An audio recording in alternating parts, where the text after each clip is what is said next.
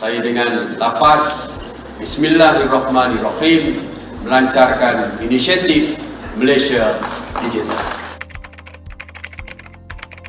Malaysia Digital adalah satu inisiatif strategik kebangsaan yang bertujuan untuk merancangkan lagi pertumbuhan ekonomi digital. Inisiatif Malaysia Digital ini telah pun dilancarkan oleh Yang Amat Berhormat Perdana Menteri pada bulan Julai tahun ini, dan inisiatif ini merupakan satu kesinambungan kepada inisiatif Multimedia Super Corridor ataupun MSC Malaysia yang telah dijalankan sejak lebih dari 25 tahun dahulu. MSC Malaysia memang dia tidaklah tamat, ya. Malaysia Digital ini adalah satu kesinambungan ataupun evolusi. Jika kita lihat dari segi nama, ya, MSC Malaysia, ia terdiri daripada 3 perkataan, Multimedia Super Corridor. So koridor ni, bila kita sebut perkataan koridor ni, dia memberi satu pandangan yang memang agak terhad. Ya, kawasan dia terhad kepada satu koridor lah.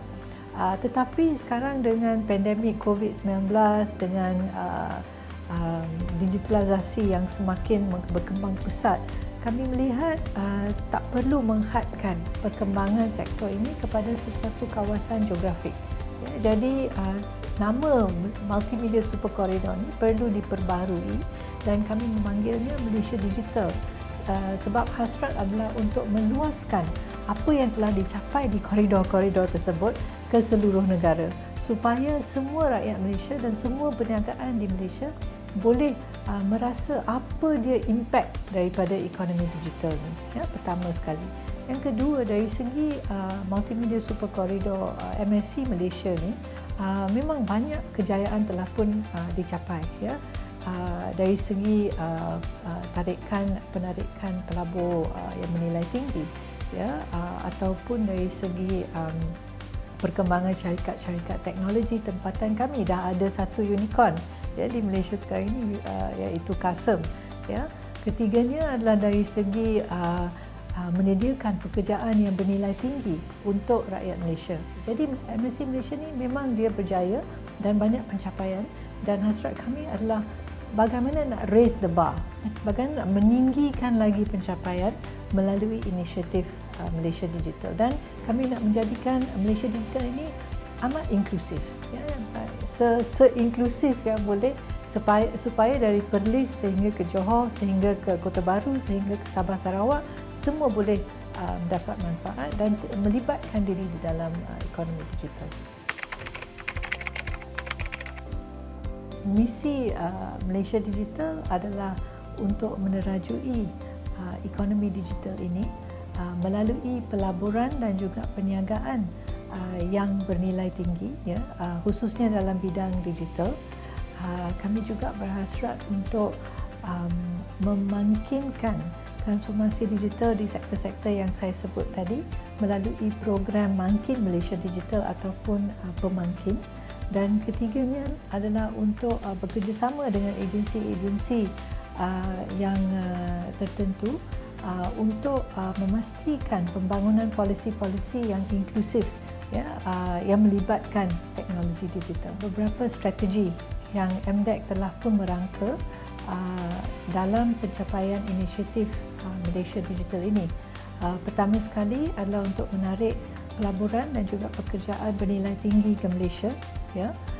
Keduanya adalah untuk menyediakan satu asas pelancaran ataupun launchpad, ya, untuk syarikat-syarikat teknologi ke sama ada pasaran serantau di ASEAN ataupun lebih daripada itu, ya, ke pasaran global. Dan ketiganya adalah untuk memperkasakan syarikat-syarikat tempatan ataupun perniagaan tempatan melalui penerima-gunaan teknologi digital. Keempat adalah untuk menjadikan rakyat Malaysia ini rakyat yang celik digital ataupun digitally savvy. Dan kelima dan amat penting di sini adalah untuk memudahcarakan satu ekosistem ekonomi digital yang mesra perniagaan dan juga lestari.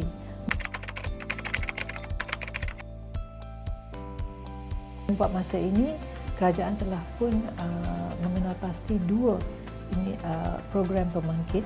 Yang pertama sekali adalah inisiatif di rantau. Ya. Objektif adalah untuk menjadikan Malaysia sebagai hub terpilih untuk nomad digital.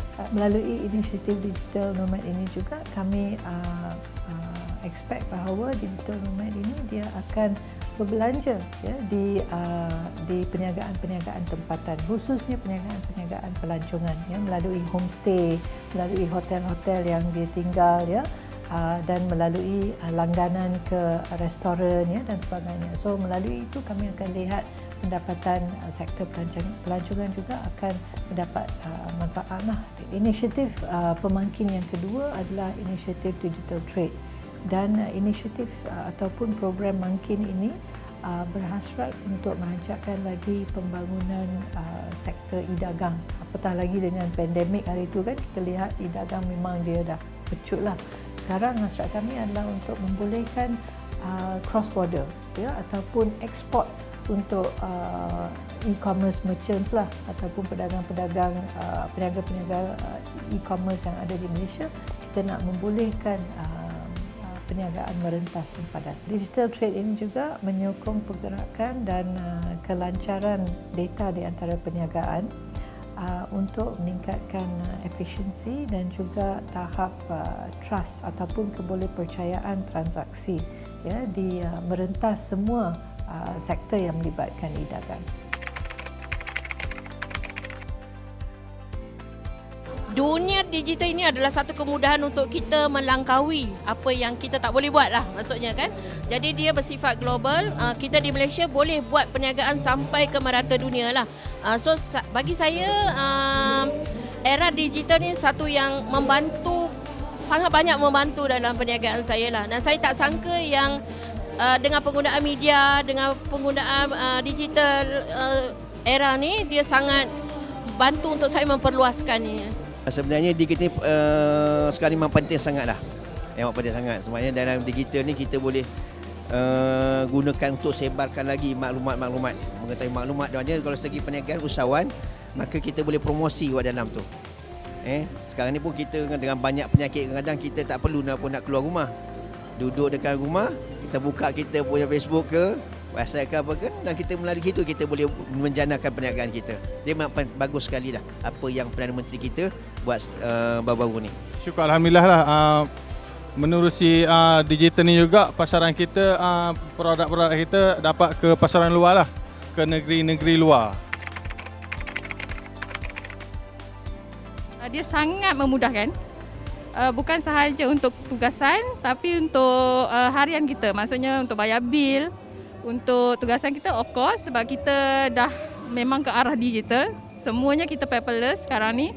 So memang apa yang kita buat pun kita akan transform kepada digital punya konsep lah sekarang ni. Sekarang ni memang tengah rancak dalam Malaysia ni digital. Digital ni yang saya faham lah. Yang saya faham ni daripada segi platform Facebook, Instagram, TikTok. Lepas tu yang terbaru platform Lazada, Shopee. So maknanya zaman sekarang ni platform-platform tu memang membantu daripada digital. So syarikat kami antara salah satunya kita contoh dia daripada segi pembayaran. Sebelum ni orang duk cerita bayar pakai cash. So sekarang ni lagi memudahkan pelanggan ataupun pengunjung untuk datang membeli barang dengan cara dia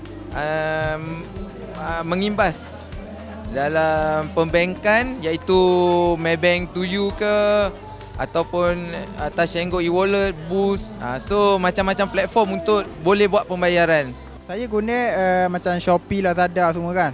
Sebab saya macam golongan di luar bandar, memang sangat membantulah bagi saya. Sebab kalau saya malas nak ke bandar, saya akan order kat Shopee je lah. Barang-barang yang tak ada dekat kedai ke, barang yang ada kat luar ke apa ke. Sebab saya guna Shopee je. Sebab penghantaran dia pun RM5 je. Daripada kita pergi kat kedai di bandar pun sama kat kos dia. Jadi saya beli online je lah kalau nak mudah. Sebenarnya kalau untuk yang e-wallet ni, dia lagi bagus sebenarnya. Kita tak perlu nak bawa cash banyak-banyak. Kadang-kadang kan sekarang ni macam-macam hal. Orang beragut lah, kena rompak lah. Bila e-wallet, kita tahu security tu. Kita ada dia punya password. Kalau kita nak beli, kita scan je. And then dia ada ID kita sendiri kan. Jadi kita tak perlu nak risau, tak perlu nak bawa duit banyak-banyak, tak perlu takut ke hilang ke, jatuh ke. Bagi saya itu adalah sesuatu yang baik. I think dekat luar negara pun diorang mengamalkan cashless. I think it's about time kita buat benda yang sama. Dan saya secara personal, saya lagi suka bawa cashless. Kalau tanya saya cash, memang selalu tak ada. Paling maksimum pun RM10 tu je.